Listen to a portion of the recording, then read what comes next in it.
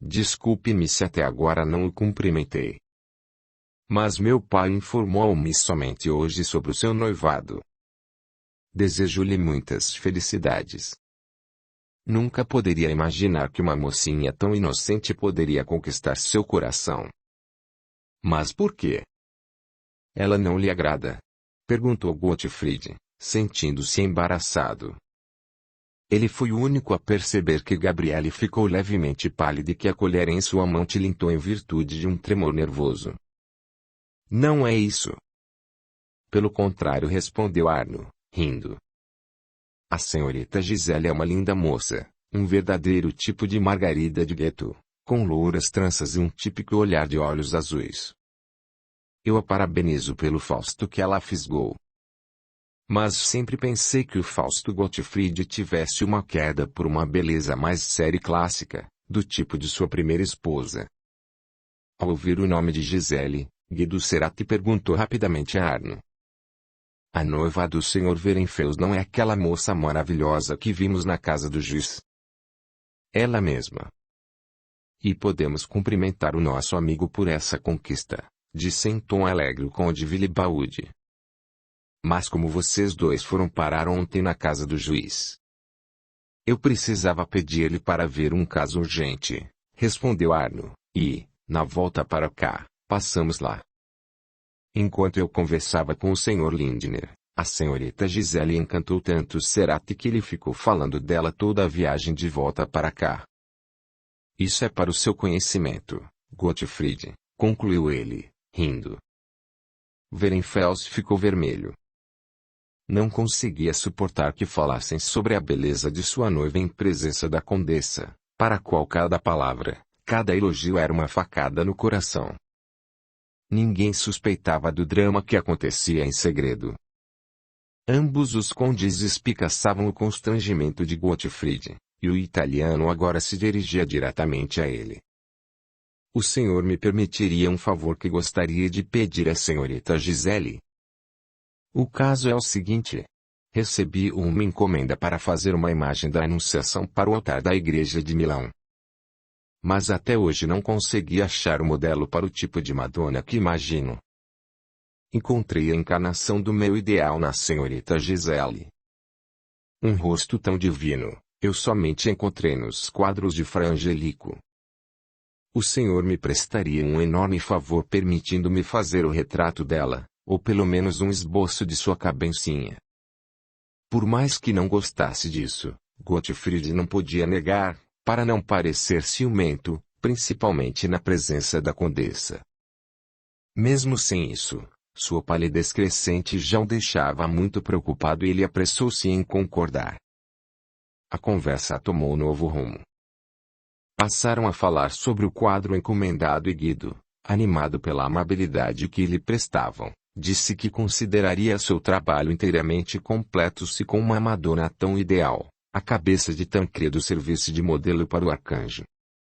Esse pedido foi amavelmente aceito. O conde concordou e até Gabriele animou-se um pouco. A ideia de ver o seu ídolo, aquele fiel reflexo dela mesma, representando um enviado celestial era-lhe claramente agradável. Mas esse sentimento de prazer durou pouco, pois o resultado da conversa exigiu-lhe novo esforço para se controlar. Ambos os condes, com sua habitual generosidade, sugeriram ao jovem artista começar imediatamente o esboço do quadro encomendado, para que pudesse terminá-lo sem dificuldades ao voltar de Recklinstein. Querendo dar-lhe a oportunidade de, ao pintar os retratos, trabalhar no quadro nos intervalos, propuseram-lhe passar não 2 meses, mas o verão inteiro no castelo. Guido, agradecido, aceitou o convite com alegria. As primeiras sessões deveriam acontecer em Arnoburg, onde já estava pronto o ateliê. O jovem conde pediu para que no dia da sessão toda a família fosse passar o dia com ele.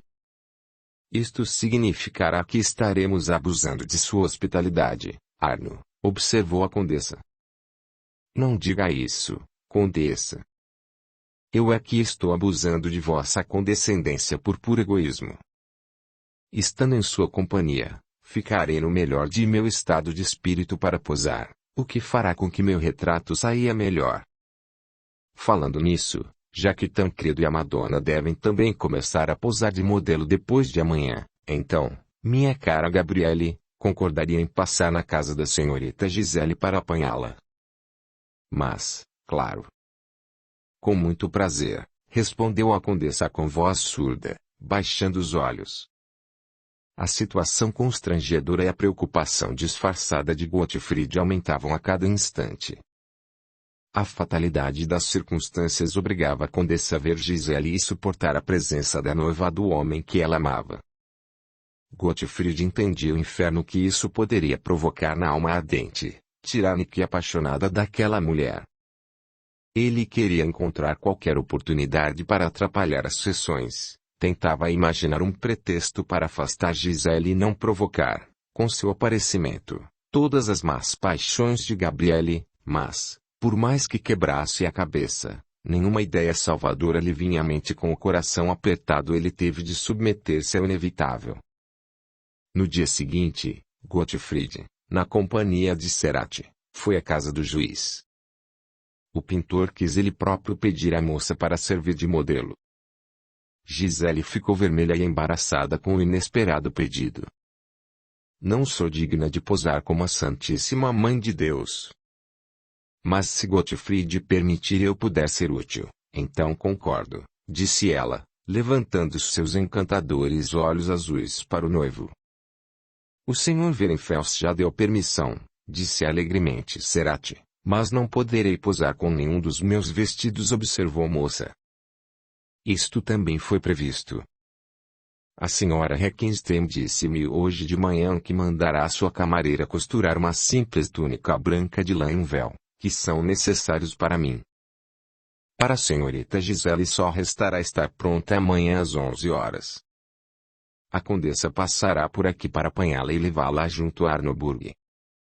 No dia seguinte, quando o conde, acompanhado dos filhos, da esposa e de Cerati, saiu na escadaria, 2 carruagens já estavam à sua espera. Papai, disse Arno alegremente, imagino que a generosidade exige não separar Tancredo de seu tutor Werenfels e de sua noiva. Assim, vamos deixar a carruagem para eles enquanto vocês Cerati sentam no cabriolé que eu mesmo vou dirigir. Chegaremos a Arnoburg antes de Gabriele, pois ela deve fazer um pequeno desvio, e chegaremos a tempo de receber as damas. Sem qualquer objeção Gabriele, sentou-se na carruagem junto com Tancredo que, feliz da vida, tagarelava sem parar. 10 minutos mais tarde, a luxuosa carruagem parou diante da casa do juiz. Gottfried já estava lá. Pálida. Reunindo todas as forças para não trair a própria fraqueza, Gabriele ficou sentada encostada nas almofadas, mas seu olhar fulminante estava cravado na porta de onde deveria aparecer o jovem casal. Não teve de esperar muito. Quase imediatamente saíram na varanda a senhora Lindner e, atrás dela, a noiva com seu noivo. Gisele usava um vestido branco de musselina e um chapéu de palha enfeitado com miosotes. Esse traje simples combinava inteiramente com sua beleza pura e virginal. A vista da condessa obscureceu. Ela não imaginava que a moça fosse tão atraente e imediatamente dirigiu seu olhar para Gottfried procurando ansiosamente em seu rosto os sentimentos que lhe proporcionava sua eleita, procurando ver o fogo da paixão nos olhos calmos e sérios do rapaz. Desapaixonado como de hábito, Gottfried aproximou-se e, inclinando-se respeitosamente, disse: Condessa, permita-me apresentar a minha noiva Gisele Lindner e pedir-lhe não lhe negar a mesma amabilidade que sempre tive a honra de merecer em sua casa. Parabenizo-a, senhorita Gisele, e peço aceitar os meus mais sinceros sentimentos, respondeu Gabriele, com voz surda, reprimindo a emoção. Embaraçada e impressionada com a orgulhosa e ofuscante beleza da jovem mulher, Gisele fez uma profunda reverência e, inclinando-se, beijou a mão enluvada que lhe foi estendida. O rosto de Gottfried ficou rubro. Aquela atitude de respeito de sua futura esposa não lhe agradou e ofendeu o seu brio. A comparação entre as duas mulheres desta vez não favoreceu Gisele. A condessa retirou a mão rapidamente e convidou a moça a sentar-se ao seu lado. Enquanto Gottfried e Tancredo sentavam-se no banco dianteiro, ela disse algumas palavras amáveis à senhorita Lindner. Mal a carruagem partiu, o menino inclinou-se para Gisele, puxou-a para si e dando-lhe um forte beijo exclamou: Meu Deus! Como estou feliz que o Sr. Werenfels vai casar com a senhora. A senhora é tão bondosa que não vai permitir a ele ser severo comigo e vai convencê-lo a me dar férias. Ele não escuta a mamãe Arno, mas a senhora ele vai escutar. Gisele respondeu-lhe rindo e o silêncio constrangedor era quebrado somente pela tagarelice inocente. Olhando para a estrada, Gabriele não dizia uma palavra. Gottfried também estava deprimido por certa opressão. Mamãe, como você está pálida? Sente-se mal? Perguntou de repente Tancredo. Não, estou bem, respondeu a condessa dominando-se com esforço, mas naquele instante encontrou o olhar preocupado de Gottfried. Ela estremeceu e endireitou-se. Em seguida, imediatamente dirigiu-se a Gisele e iniciou uma conversa sobre seus pais, sua ocupação e formação. Mesmo assim, a condessa e Werenfels sentiram que caiu um peso do seu coração quando a carruagem parou diante da escadaria do castelo. Arno veio correndo para pessoalmente ajudar a madrasta a desembarcar da carruagem. Capítulo 6. Um desesperado atentado. A partir daquele dia, as sessões de pintura prosseguiram regularmente em Arnoburg. Guido Cerati trabalhava com afinco tanto no retrato como no quadro. O conde Willibald, cansado das constantes viagens, desistiu de acompanhar cada sessão. Conhecendo o entusiasmo com que Arno cuidava de Gabriele, o pai, de bom grado, deixava-o divertindo a sua manhosa esposa. Ele nem suspeitava que uma paixão criminosa tomara conta de seu filho, não deixando em paz e acabando com sua saúde. Ficaria muito infeliz se soubesse dos sofrimentos de ciúme, paixão e dores de consciência que Arno ocultava em sua alma. O conde não ligava para o leve flerte de Gabriele. Ele a conhecia demasiadamente bem para entender que ela gostava de seu enteado somente como escravo de suas manhas, a mão sempre pronta a despejar dinheiro para satisfazer suas exigências. Mas ele não imaginava que para ela, Arno servia de diversão, e que ela estava matando a sua paz de espírito. Entretanto, no presente momento, a condessa pensava em outra coisa e Arno, honesto e nobre, sentindo-se criminoso, mas sem forças para fugir, satisfazia-se com a felicidade de vê-la e ser seu irmão e amigo. Todos os pensamentos de Gabriele eram agora para Gottfried e sua posição em relação a ele. Agora ela via quase todo dia os noivos e cada olhar. Cada sorriso que eles trocavam provocavam nela um louco ciúme.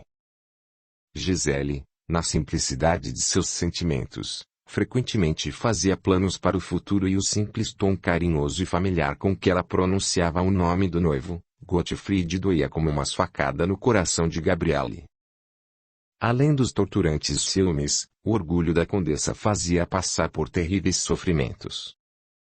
Apesar do grande autocontrole, ela não conseguia dissimular as marcas traiçoeiras de seu sofrimento, e aquele que devia ser o último a saber disso lia em seu olhar e entendia o significado de sua palidez repentina e o repentino estremecimento de suas mãos.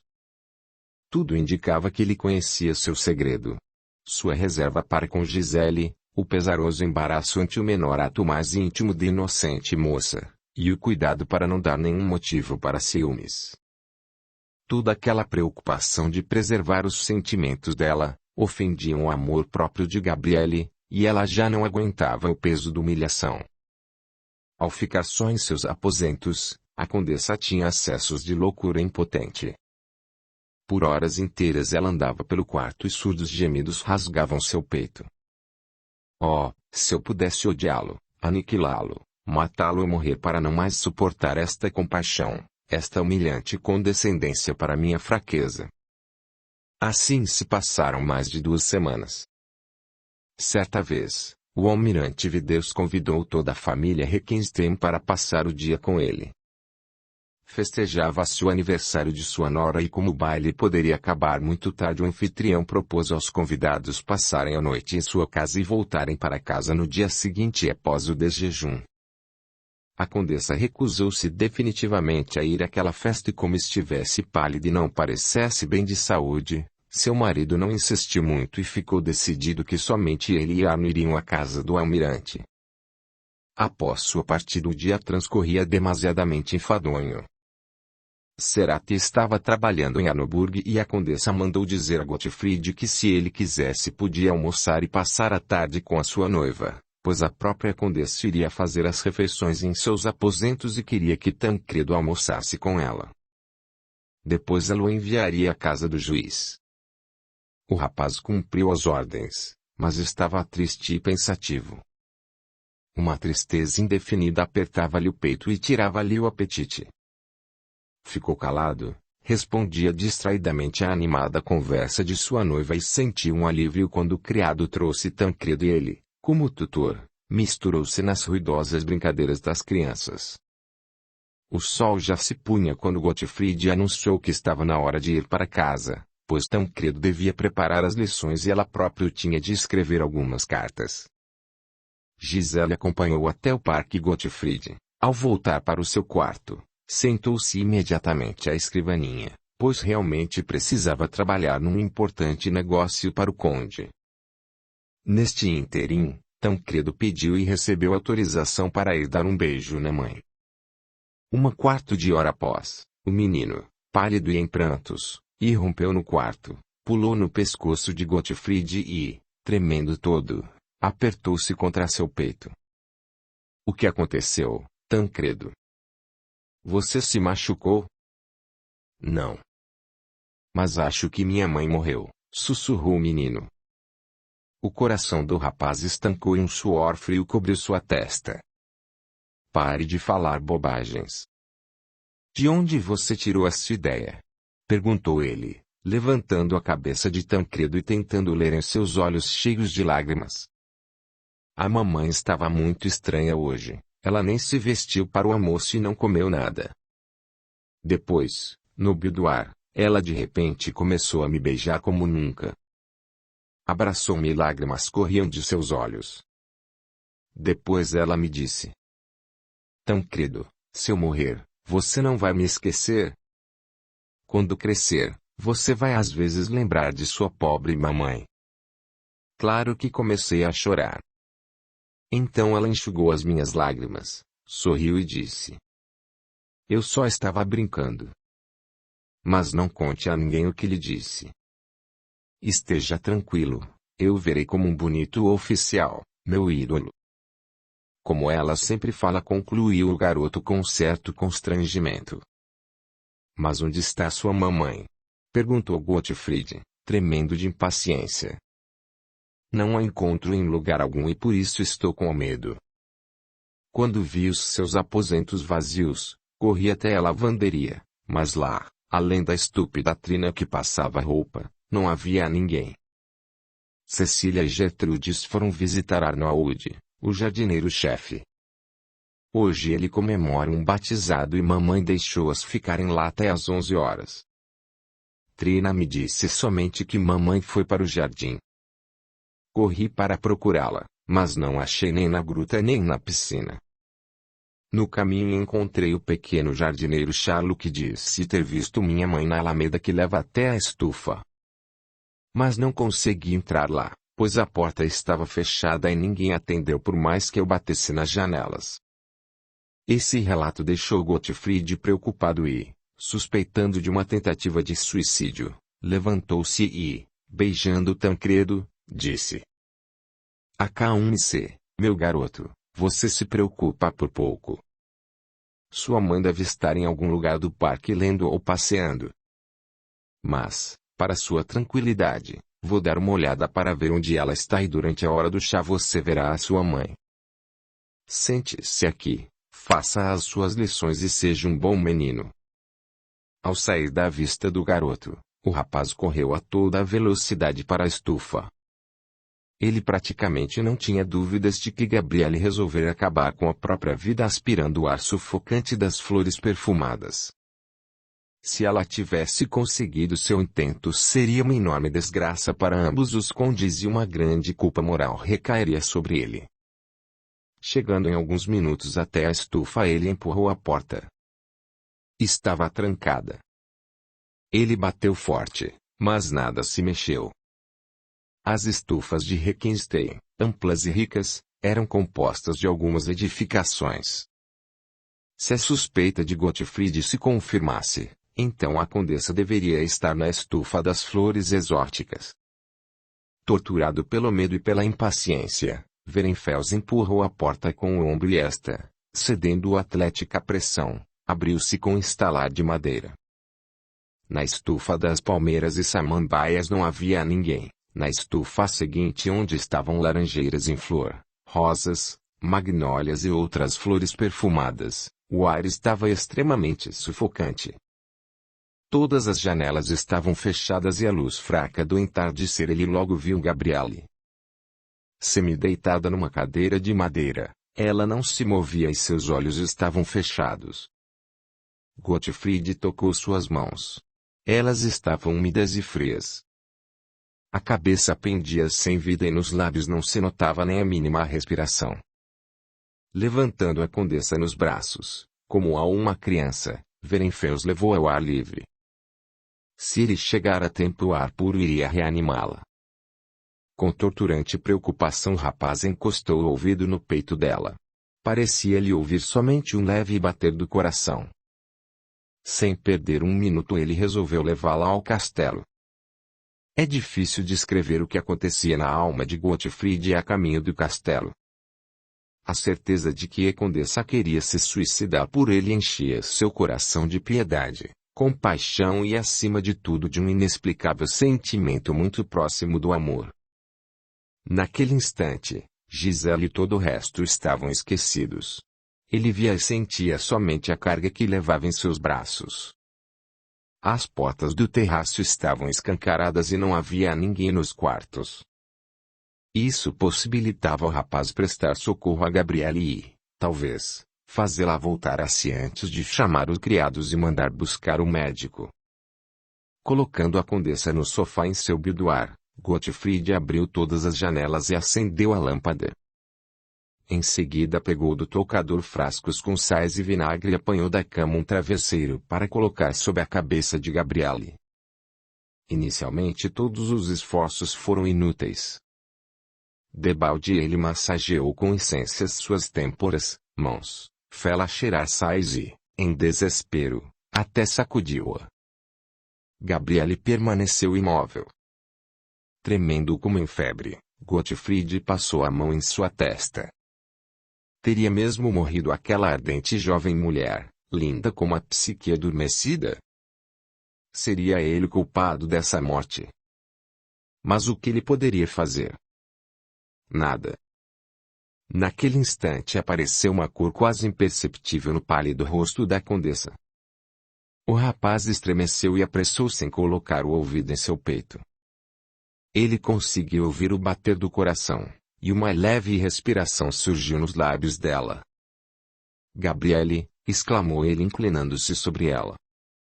O nome dela saído como um torturante gemido dos lábios do homem que ela amava tão apaixonadamente pareceu despertar as forças vitais da jovem mulher. Ela soltou um longo suspiro e abriu seus olhos azuis.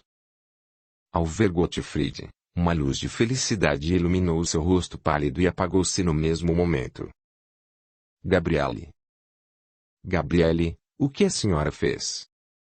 O que pretendia fazer? Sussurrava Gottfried com reprovação. E, sem receber resposta, acrescentou. Agora vou trazer-lhe um pouco de vinho e imploro-lhe que se acalme. É preciso que a criadagem não desconfie de nada. Eu volto logo. Ele cobriu os pés dela com um chale de pelúcia e dirigiu-se rapidamente ao seu quarto. Então, o senhor encontrou mamãe? Perguntou Tancredo ao vê-lo. Sim. Vim para lhe dizer que a mamãe está em seu boudoir, mas não está se sentindo muito bem e pediu-me para eu ler alguma coisa para ela. Seja um bom menino. Mande Ossip acender as lâmpadas e comece a estudar sem mim. Eu vou ser bonzinho. Mas por que o senhor está tão pálido? Perguntou ele, olhando preocupado. É impressão sua. Estou confiando na sua promessa e volto logo.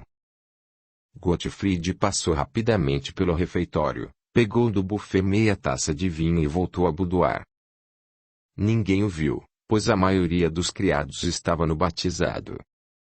Gabriele ainda estava deitada de olhos fechados, totalmente prostrada. Lágrimas silenciosas escorregavam por suas faces.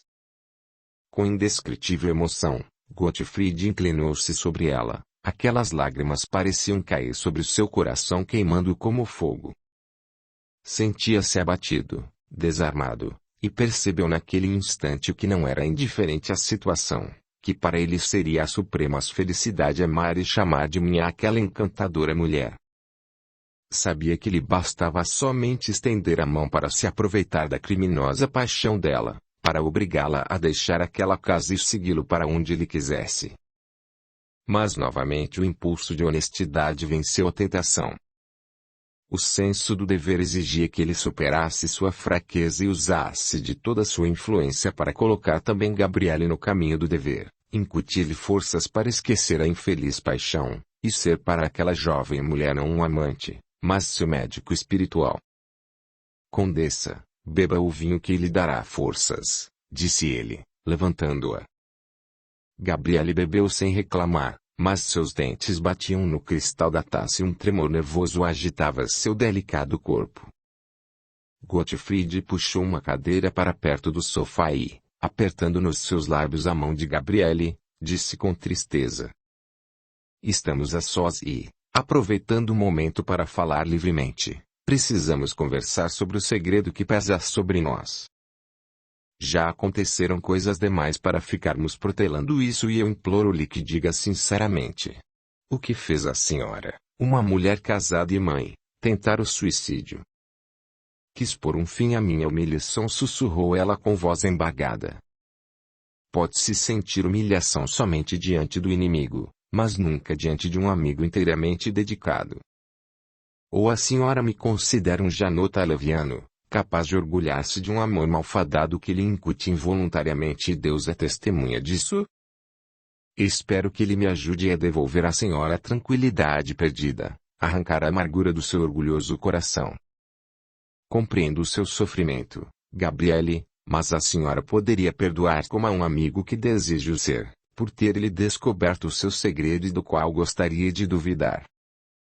A condessa cobriu o rosto com as mãos e caiu em prantos. Não chore, assim a senhora me leva ao desespero. O que mais posso fazer, se não tentar ampará-la em sua luta moral que causei involuntariamente? Estamos separados por um abismo. Ele inclinou-se e, olhando profundamente nos olhos da jovem mulher, perguntou: Será que a senhora gostaria de manchar o seu sentimento para comigo com uma ligação que lhe custaria a honra e o respeito até de um homem suficientemente baixo para aproveitar do seu amor por ele?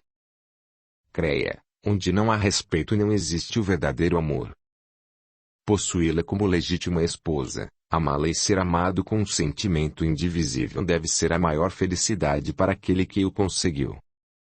Estas últimas palavras ele pronunciou com voz surda. Mas nós devemos viver cada um nas condições que Deus nos deu.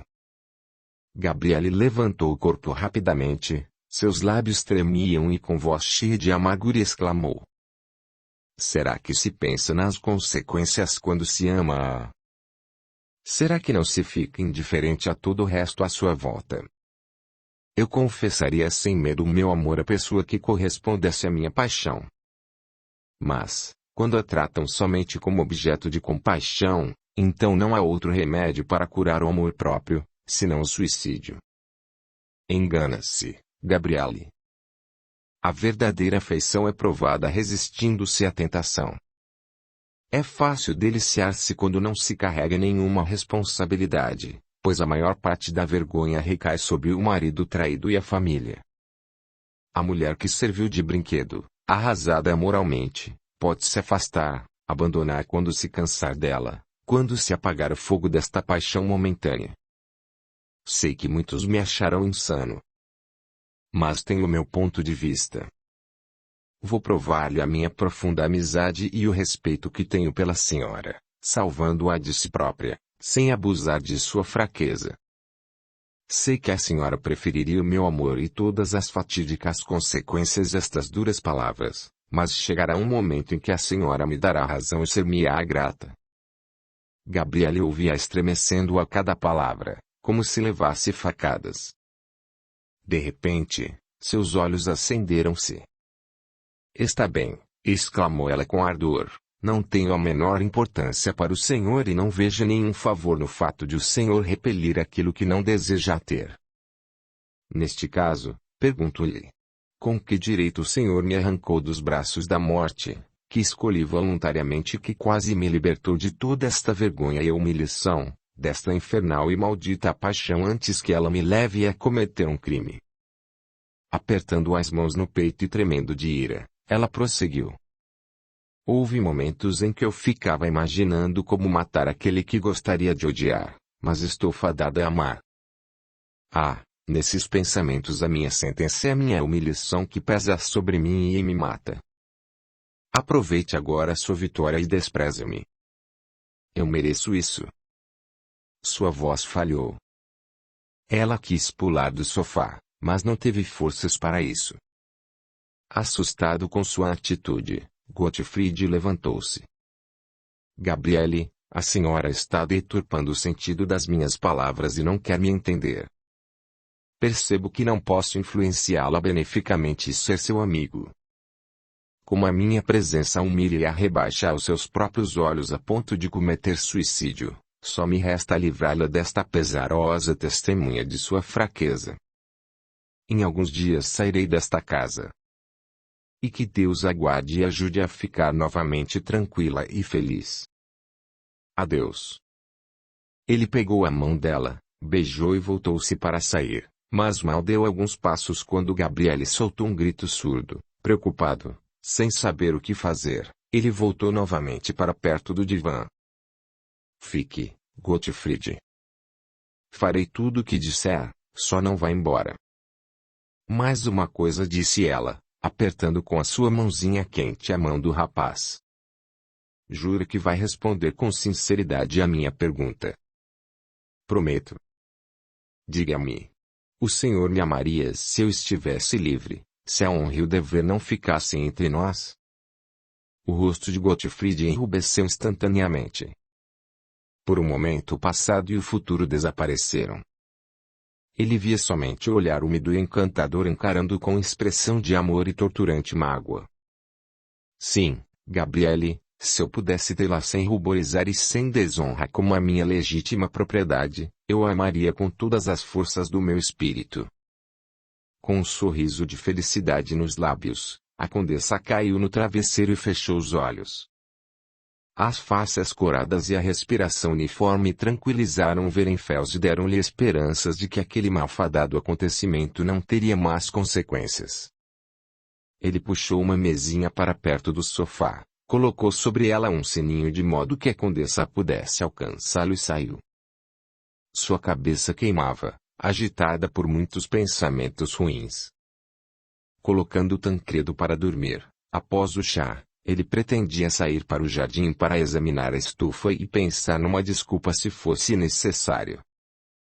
De repente, Cecília, toda agitada, entrou correndo em seu quarto. Oh, Sr. Werenfels, o que aconteceu? Parece-me que a condessa está morrendo. É preciso chamar um médico e avisar o conde. Como assim? Não é possível, contestou Gottfried empalidecendo. Realmente, aconteceu um acidente com a condessa, mas não faz uma hora que a vi ela estava sentindo-se bem. Eu não tinha sossego no batizado. Alguma coisa me dizia para voltar para casa, falava a camareira entre lágrimas. Às 9:30 eu já estava de volta. Encontrando a condessa dormindo no sofá, saí do quarto, mas como por muito tempo não ouvi o chamado do sininho, voltei para saber se a condessa queria um chá. Aí percebi que ela estava num estado estranho. Seus olhos estavam semi-abertos, ela não me respondia e parecia que não me ouvia. E quando eu, junto com a Trina, levei-a para a cama, seu corpo parecia completamente insensível. Espero que ela não tenha se envenenado.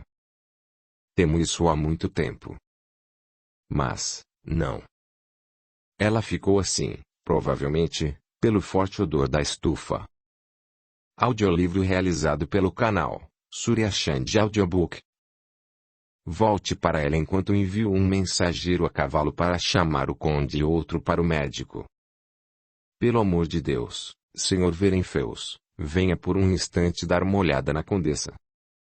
Talvez o senhor saiba o que fazer nesta terrível situação enquanto o médico não vem, implorava a camareira. Está bem, eu vou lá depois de dar as devidas ordens. 10 minutos depois Gottfried novamente debruçou-se sobre Gabriele. Ela estava deitada na cama completamente prostrada após o choque nervoso.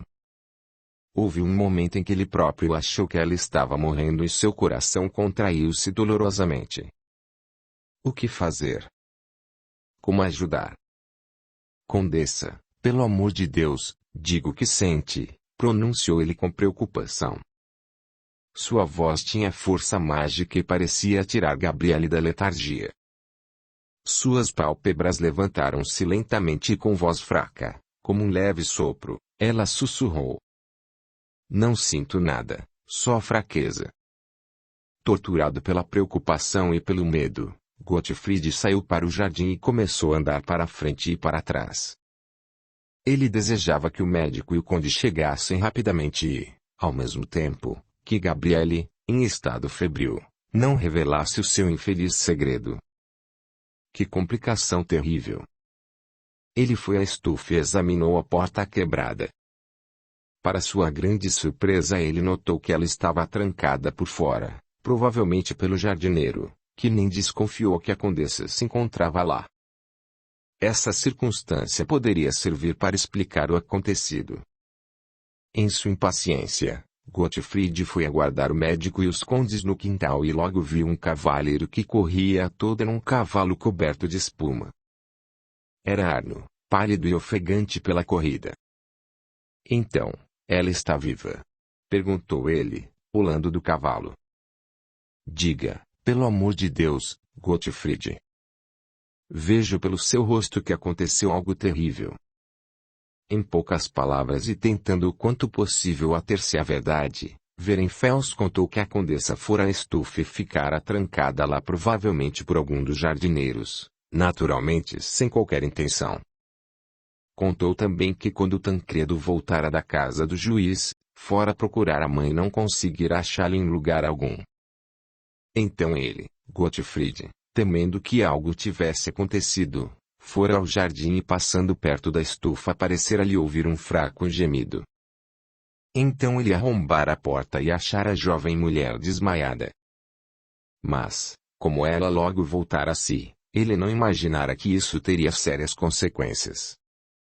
Que incrível leviandade! Exclamou Arno dirigindo-se apressadamente aos aposentos de Gabriele. Meia hora depois chegou a carruagem trazendo o conde e logo após apareceu o médico. Examinando a paciente que permanecia imóvel, calada e que parecia não ver nem ouvir ninguém, ele aviou algumas receitas, disse que ficaria até o dia seguinte e insistiu que o conde fosse dormir, pois ficara muito fraco após o choque que o atingira. Em seguida, deixando Arno junto à paciente, o médico foi à sala onde Gottfried, pálido e nervoso, aguardava com torturante ansiedade o resultado do seu exame. Foi o senhor que tirou a condessa da estufa? Perguntou o velho médico, dirigindo um olhar perscrutador à bela e elegante figura do rapaz. Sim. Então, conte-me em que estado a encontrou e se não houve algum forte choque antes ou depois do sufocamento. Percebendo que o seu interlocutor vacilava, ele acrescentou. Com um médico o senhor pode ser tão franco como com um confessor. Para salvar essa jovem mulher, cujo estado é muito sério, devo saber a verdade. Com grande nervosismo Gottfried declarou que o estado moral da condessa era preocupante e que seus nervos estavam muito excitados antes e após o acidente. Satisfeito com essa resposta, o médico voltou para a paciente. No dia seguinte, Guido Cerati chegou de Hannoburg e ficou surpreso ao saber do acontecido na véspera. Mas quando Arno saiu e ele ficou a sós com Werenfels, dirigindo-lhe um olhar insolente e zombeteiro, disse em tom de brincadeira: "Esse acidente parece demais com tentativa de suicídio." "Por quê?" "Não vejo nenhuma indicação disso", respondeu friamente Gottfried. "Ah, quem pode adivinhar os porquês de uma linda mulher? O cansaço moral, e ciúme, amor rejeitado, e tudo mais. E, na ausência de todos, uma morte poética." Notando com zombaria um rubor passageiro no rosto de Gottfried, Guido levantou-se e saiu. Werenfels voltou para seu quarto, sombrio e taciturno. O dia seguinte foi muito agitado. A condessa passava mal. O estado letárgico em que se encontrava resistia ao tratamento. O médico e os familiares de Gabriele perdiam a esperança de sua salvação. Mas, mesmo assim, a forte e jovem natureza superou a doença. Ela começou lentamente a voltar a si e logo o perigo passou. Apesar do final feliz do perigoso acidente, a atmosfera de tristeza continuou a pesar sobre o castelo, e somente Arno e Tancredo voltaram ao seu estado habitual. O conde Willibald permaneceu sombrio, preocupado e, de soslaio, perscrutava o rosto empalidecido de Gottfried, percebendo em sua aparência tranquila uma certa artificialidade. Guido Cerati aproveitou as férias imprevistas para trabalhar no seu quadro. Improvisou um ateliê na casa do juiz e passava lá dias inteiros. O jovem artista fez um pequeno desenho a pastel dos 4 filhos da senhora Lindner e desse modo, conquistou seu coração. Ela deu-lhe completa liberdade para trabalhar na imagem de sua sobrinha, mas, certamente, não seria tão bondosa se tivesse notado os olhares ardentes e apaixonados que o jovem pintor enviava, por vezes, ao adorável rostinho de Gisele. A moça, ocupada com seu trabalho manual e absorta em sonhos de amor, nada percebia. Pobre Gisele! Ela não sabia que sua imagem descorara no coração do seu noivo, apagada pela beleza insolente e demoníaca que vencera e prendera o homem amado, e que agora ele estava ligado à noiva somente pela honra da palavra dada. O estado de espírito de Gottfried durante as 3 semanas que se seguiram à tentativa de suicídio de Gabriele foi terrível. Ele não podia opor-se à paixão e sentia-se cada vez mais acorrentado à sedutora mulher que o amava com toda paixão, mas com um abismo a separá-los. Ele criticava-se amargamente por não ter deixado o castelo no dia seguinte e após o baile. Seu coração e sua mão estavam livres naquela hora. Agora ele amarrara seu destino ao destino de uma criança inocente, perdera seu coração e ficara numa situação impossível. Mas Werenfels era por demais honesto e enérgico para vacilar por muito tempo. A palavra dada a Gisele impunha-lhe a obrigação de esquecer Gabriele. Além disso, a suspeita de 3 pessoas, a camareira, o médico e Cerati, demonstrada no dia do atentado da condessa, despertava nele o desejo de ir embora o mais rapidamente possível. Ele sentia-se magoado com a condessa desde o dia do acidente, pois mesmo após ter melhorado ela na sala dos aposentos, Gottfried procurava ansiosamente um motivo para ir embora antes do aparecimento de Gabriele quando, de repente, 2 cartas, recebidas ao mesmo tempo, tiraram-no da difícil situação, ao mesmo tempo o enchendo de grande pesar o seu coração. Uma das cartas era de sua mãe. Ela informava que sua saúde piorara repentinamente e, sentindo o fim próximo, pedia-lhe que fosse vê-lo quanto antes. Olhar para você pela última vez e abençoá-lo, eis a única alegria que anseio receber nesta vida, Escrevia ela. A outra carta era do velho parente de sua falecida esposa, que era padrinho dela própria e de sua filha Lilia. Gottfried mantinha com ele uma correspondência ocasional. William Berg vivia há muitos anos em Mônaco, onde tinha sua própria casa. O velho, diziam, possuía um sólido capital. A casa de jogos em Mônaco representava um amplo campo para especulações e Berg aproveitara isso para fazer sua fortuna. Ele dava dinheiro a juros de agiota aos ricos estrangeiros que inconstância da fortuna colocava em situação difícil e os obrigava a aceitar quaisquer condições. Também comprava ou penhorava joias que lhe ofereciam algumas jogadoras em situação difícil. Mas essas especulações não impediam Berg de ter boa reputação em Mônaco. Berg era aquele parente que quisera ajudar Gottfried quando o rapaz pretendera emigrar para a América. Agora, o velho escrevia dizendo que, em decorrência da gota, ele praticamente perdera as pernas, que a sua vista estava cansada e que precisava de um jovem e forte auxiliar. Pensei logo em você, Gottfried, escrevia ele, pois estou fazendo o meu herdeiro antes de morrer. Você participará dos negócios, enquanto eu irei me deliciar com o prazer de estar cercado de familiares na velhice. Para sua mãe e para Lilia o clima de Mônaco será muito saudável. Além disso, na minha casa mora uma senhora de meia idade, administradora dos meus bens, que foi professora e pode ocupar-se com a educação de minha neta. Então, venha logo e mande-me notícias para quando posso esperá-lo. Apesar de sentir uma secreta repugnância pelos negócios do velho Berg, Gottfried considerou a sua proposta como uma indicação divina. Isso lhe proporcionava uma saída da difícil situação e garantia-lhe um futuro independente.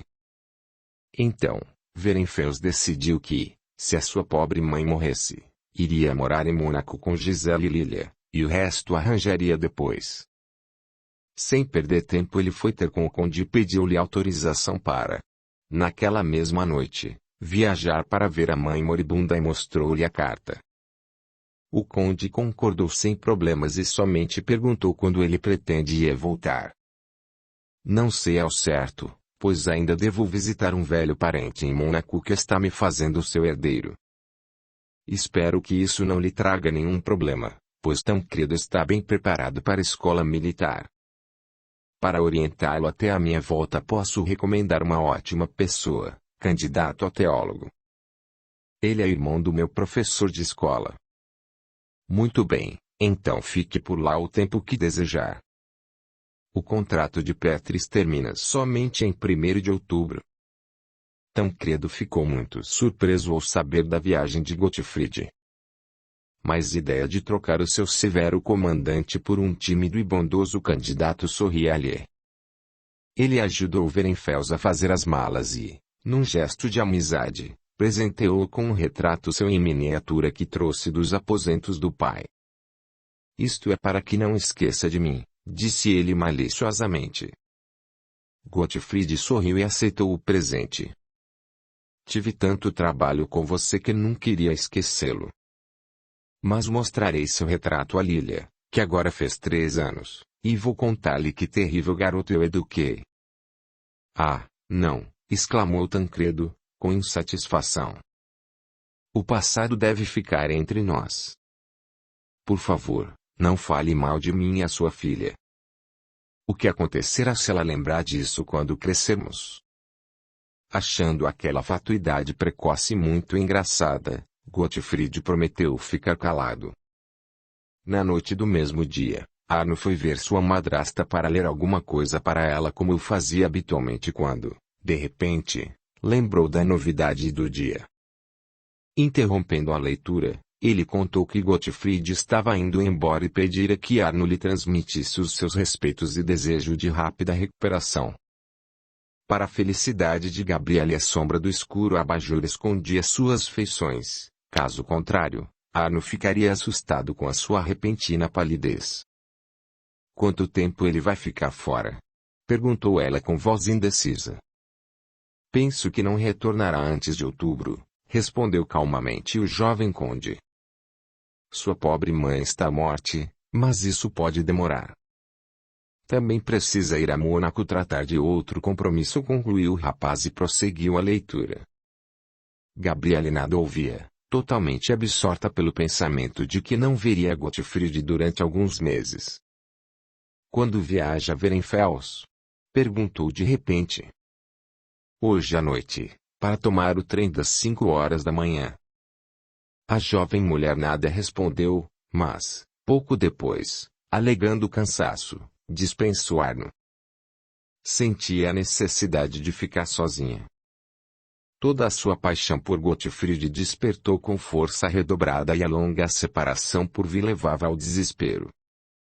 Desde o dia da tentativa de suicídio ela não falara com Verenfels, mas o via às vezes pela janela aguardando o momento quando ele passeava com Tancredo ou com seu marido por uma das alamedas que se viam do seu quarto. Agora até essa alegria lhe seria tomada.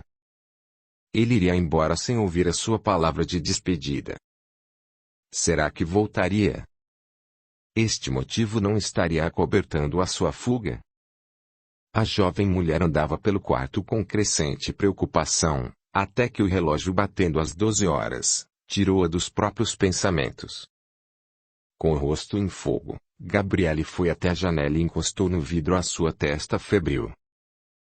Era uma linda noite de junho, quente e perfumada. De dia chovera, mas à noite o tempo melhorara e a lua cheia iluminava as alamedas e os escuros bosques do amplo parque. De repente, Gabriele foi tomada de um irresistível desejo de olhar pelo menos as janelas do quarto do homem amado e, quem sabe, ter a sorte de vê-lo em pessoa. Sem vacilar, ela enrolou-se num grande e quente chale de crepe e saiu para o terraço. Viu que todas as janelas do castelo estavam escuras e reinava um absoluto silêncio. Aparentemente todos dormiam e ninguém saberia da sua escapada secreta. Ágil e leve como uma sombra, ela passou pelo paço coberto de areia e iluminado pelo luar e desapareceu na sombra das árvores dirigindo-se à casa de fundos, ocupada por seu filho. Seus pés, calçando sapatilhas, afundavam na grama úmida, mas Gabriele não prestava atenção a isso e prosseguiu seu caminho, escondendo-se nas sombras, receando ser vista das janelas por alguma pessoa. Por fim ela parou sufocando de nervosismo. Diante dela erguia-se o setor antigo do castelo e no céu estrelado destacavam-se nitidamente a sua massa imponente e a torre com o cimo pontiagudo. Encostada ao velho prédio seguia uma fila de janelas e um amplo terraço adjacente aos quartos de Tancredo. As janelas do quarto do garoto estavam escuras, mas as duas janelas contíguas estavam iluminadas e na cortina fechada aparecia uma sombra em movimento. Os olhos de Gabriele cravaram-se nesse reflexo. Gottfried, como se atendendo ao mudo chamado, saiu para o terraço e andou por ele de cabeça baixa, pensativo. Em seguida, desceu para o jardim e foi andando pela alameda junto à qual escondia-se Gabriele. Gottfried, sussurrou ela, saindo da sombra a 2 passos dele. O rapaz estremeceu, olhando para Gabriele. À luz do luar ela parecia uma aparição mágica. A senhora aqui, condessa. Não podia deixá-lo ir sem despedir-me, sussurrou ela estendendo-lhe as mãos e dirigindo-lhe um olhar cheio de tanto amor e de tanto desespero que Gottfried sentiu-se escravizado. Ele apressou-se em tomar suas mãos e beijá-las. Fico muito grato. Mas, que descuidado de sua parte vir aqui à noite pela grama molhada. A senhora mal sarou e já está se arriscando a resfriar-se. Não importa. Eu queria vê-lo antes da longa separação e perguntar. Ela inclinou-se para ele. Poderia o senhor levar de mim somente boas lembranças? Poderia o senhor lembrar sem aversão nem desprezo da mulher que, traindo a própria dignidade, confessou seus sentimentos para o senhor e obrigou a lembrá-la da sensatez e do dever?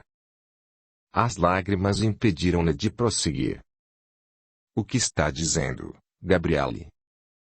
Como ousaria condenar o sentimento que se apossa tão traiçoeiramente do coração da pessoa, sentimento que lhe causou tanto sofrimento? Se minhas palavras e minha amizade sincera tocaram sua alma, se me prometer lutar corajosamente com essa sua fraqueza, dedicar todo o seu amor ao seu nobre e generoso marido, se for uma mãe sensata para Tancredo e uma verdadeira irmã para Arno, irei lembrá-la com respeito e com um sentimento de veneração, e as minhas preces sobre a sua felicidade estarão sempre com você. Vendo as lágrimas que caíam pela face de Gabriele, ele disse com forte nervosismo: a senhora me fez sofrer com estas lágrimas que não posso secar. Adeus, sussurrou a condessa estendendo-lhe a mão. Escravizado e esquecendo de tudo, Gottfried puxou-a para os seus braços e encostou os lábios em seus sedosos cabelos, mas quase imediatamente afastou-a e fugiu. Sua cabeça estava a ponto de explodir e a consciência doía. No último instante ele fraquejara, atraindo a confiança do conde e a palavra dada a Gisele. Nunca mais devo deixar-me seduzir se não quiser ser infame, dizia para si mesmo, voltando ao quarto. A condessa ficou imóvel por instantes. Uma louca felicidade apossou-se de sua alma, e somente o pensamento de que ele fora conquistado, ele era seu apesar de tudo, pois a amava, agitava-se em sua cabeça. A jovem mulher transformou-se. Com o rosto em fogo ela voltou aos seus aposentos e jogou-se na cama. A alegria da condessa duraria muito menos e os remorsos de Gottfried aumentariam 100 vezes se eles soubessem que aquele encontro fora notado por duas testemunhas. Um deles era Guido Cerati que, voltando de um passeio noturno, vira Gabriele no momento em que ela se aproximava de Werenfels. Movido pela curiosidade, ele escondera-se querendo ver o que iria acontecer. Eu estava certo, pensava consigo mesmo com um sorriso zombeteiro, imaginando que havia algo oculto nisso. Sim, ela está louca por este belo rapaz louro. Tais descobertas valem ouro, e isso irá ajudar-me a primeiramente possuir a minha linda Madonna pela qual estou loucamente apaixonado e, depois, garantir a minha sobrevivência. Ter esse segredo nas mãos é mais rentável do que a pintura. Mas não invejo Werenfels, pois não é fácil lidar com um demônio destes. A partir daquele dia a condessa começou a melhorar. Fresca, alegre, feliz, começou novamente a interessar-se pela vida. Era carinhosa e atenciosa com o conde, que parecia triste e um pouco doente, e tratava Arno como a um irmão. A certeza de ser amada por Gottfried enchia o seu coração de alegria. Ela suportava a separação com paciência e nem pensava no que viria a seguir. As sessões de pintura recomeçaram e Cerati fazia agora o seu retrato. A cada momento em que ficavam a sós, Guido direcionava a conversa para Gisele e contava inúmeros pequenos episódios que haviam acontecido entre esta e seu noivo durante a doença da condessa. Esses contos habilmente aplicados despertavam na condessa um terrível ciúme e uma tempestade de paixão e, esquecendo qualquer cuidado, ela própria passou a inquirir o pintor. Certa vez, Gabriele estava no ateliê a sós com Guido. Ele, como sempre, levou a conversa para o tema habitual e informou que entre os noivos estabelecera-se uma ativa correspondência. Na véspera, Gisele recebera uma carta que a deixara muito nervosa. Ela relera a carta várias vezes. Parece que o assunto era para apressar o seu casamento, acrescentou Cerati, observando de soslaio o rosto empalidecido e preocupado da jovem mulher. Perdoe-me, condessa, por perturbá-la com essas descuidadas palavras, disse ele de repente, olhando-a ousadamente de frente. Gabriele estremeceu e, reunindo todas as forças, afirmou, medindo com olhar de desprezo. O que o senhor disse não podia me perturbar. Não estou entendendo. Vejo, condessa, que devo ser mais claro para obter a sua confiança e, por isso, vou contar-lhe um episódio que aconteceu na noite da partida do Sr. Werenfels. O tempo estava tão bom que saí para dar um passeio no jardim e o acaso levou-me àquela parte do castelo onde mora o pequeno conde. De repente, vi um belo rapaz louro, que andava impacientemente junto ao terraço. Em seguida ele dirigiu-se à Alameda de Carvalhos, onde imediatamente da sombra das árvores apareceu uma jovem mulher e o chamou. Ele Chega, é suficiente, interrompeu a condessa, pálida como a morte.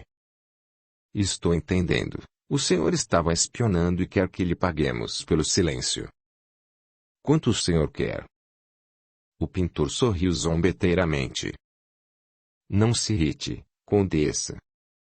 Não é sensato tratar mal o possuidor do seu segredo.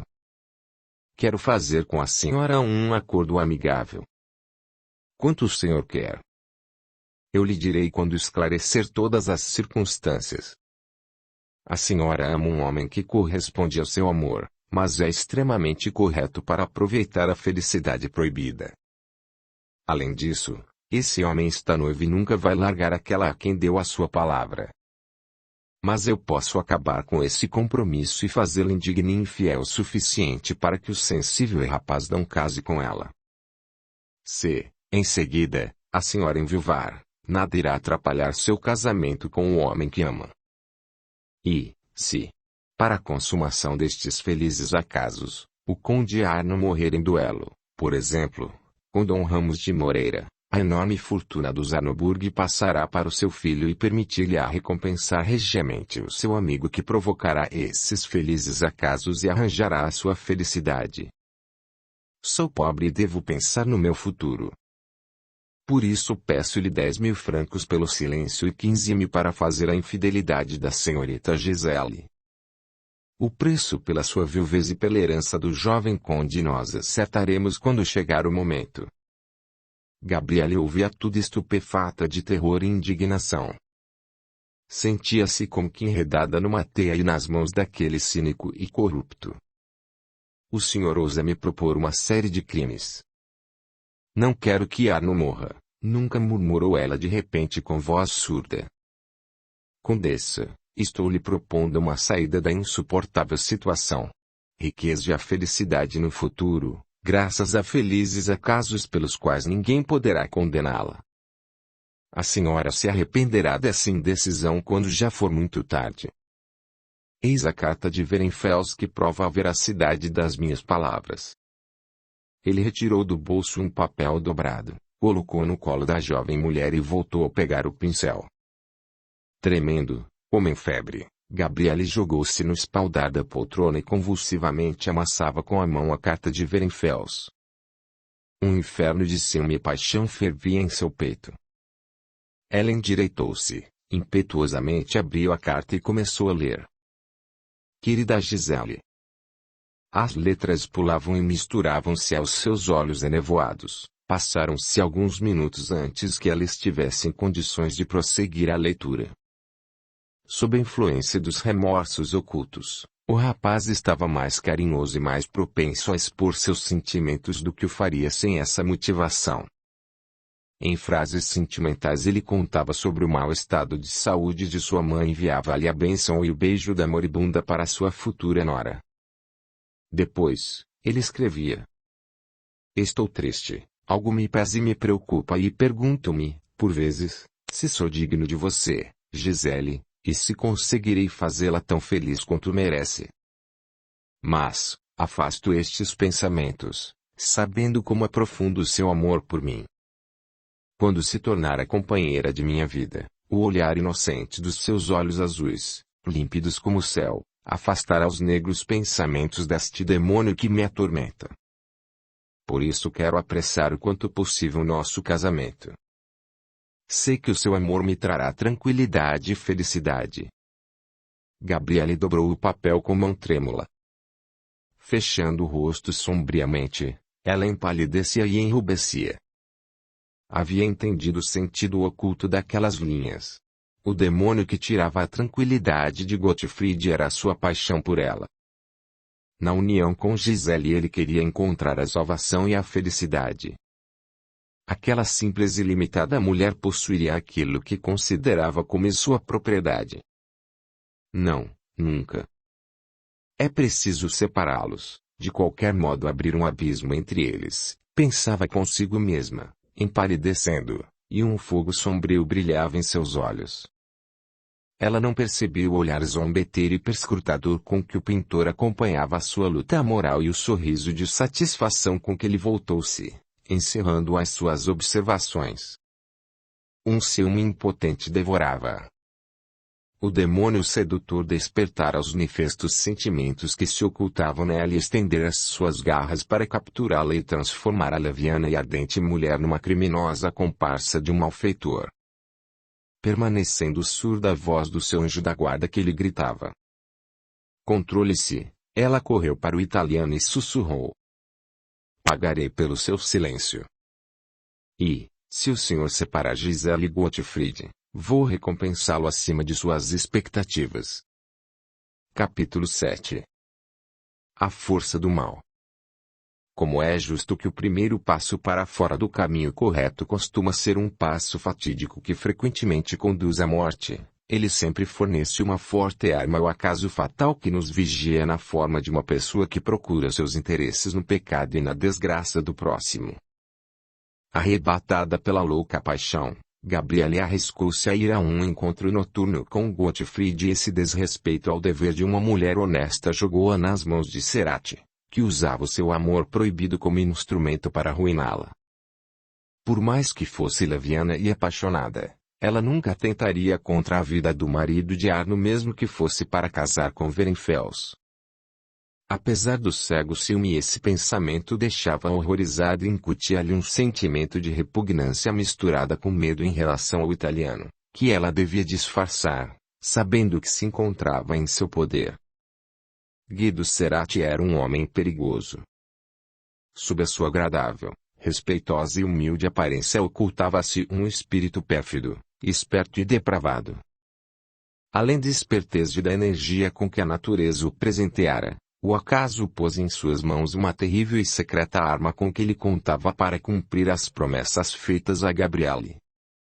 Essa arma era a força hipnótica atualmente estudada com afinco pelos cientistas e amadores, mas na época em que acontece este nosso relato, a hipnose era praticamente desconhecida do povo.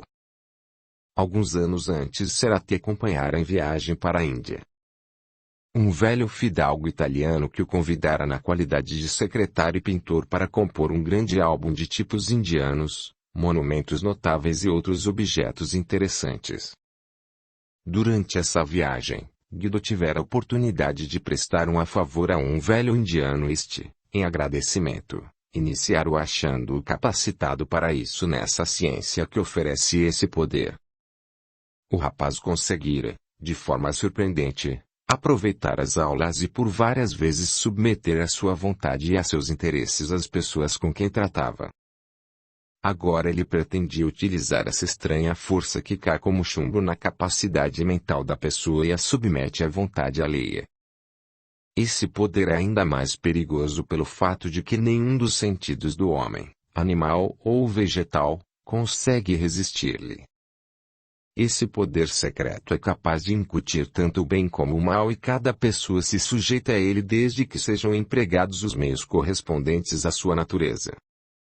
Por exemplo, a pessoa que não consegue ser influenciada pela visão de um objeto metálico, olhar magnético ou passes hipnóticos, pode ser submetida pelo som de música, sino tocando ao longe, visão de uma cor berrante e odor suficientemente forte para provocar nela um desligamento do sistema nervoso e uma inatividade do cérebro necessários para que a vontade alheia possa escravizá-la. No cego, por exemplo, a audição e o olfato servirão de guia, dando-lhe uma ideia do exterior, no surdo, visão e luz. Mas, além disso, para cada um devem ser utilizadas particularidades correspondentes à sua natureza. Até hoje essa ciência complexa é pouco conhecida e pouco utilizada, mas aqueles que a pesquisam garantem que o futuro prepara muitas surpresas. Esse poder desempenhará um grande papel na medicina e na vida cotidiana. Apaixonado e devasso, Guido sentiu uma forte atração por Gisele. A beleza delicada da moça loira inflamava seus sentimentos. Mas a honestidade de Gisele e o fato de ela ser noiva de um homem orgulhoso e enérgico com quem não se podia brincar obrigavam o pintor a ocultar seus sentimentos. Protegido pela oportunidade, O esperto italiano decidiu satisfazer o seu desejo sem correr qualquer risco e ainda pretendendo receber por isso uma grande soma de dinheiro, inteiramente oculto pela parceria da condessa. Para pôr em prática suas intenções, ele começou por entender-se à tarde com Gabriele e pediu ao conde autorização para mudar seu ateliê de trabalho para o pequeno pavilhão mauritano que se localizava nos fundos do parque, perto da grande lagoa, e que era composto de 2 quartos e uma galeria de vidro. Assim que Guido se instalou no novo local, foi à casa do juiz e pediu a Gisele que lhe concedesse mais 2 ou 3 sessões. Fingindo pintar, Cerati olhava fixamente para a moça, concentrando toda a sua vontade, para lhe incutir mentalmente alguns gestos e palavras. No dia seguinte, trouxe consigo um bandolim e no fim da sessão tocou nele alguns acordes. Em seguida, propôs-se a ensinar a moça a tocar o instrumento. Ela concordou, sorrindo. Ele aproximou-se e, colocando seus dedos nas cordas do instrumento, fez Gisele tirar alguns sons. Enquanto isso, inclinado sobre ela, dirigiu sobre suas testas e nuca toda a força da sua vontade,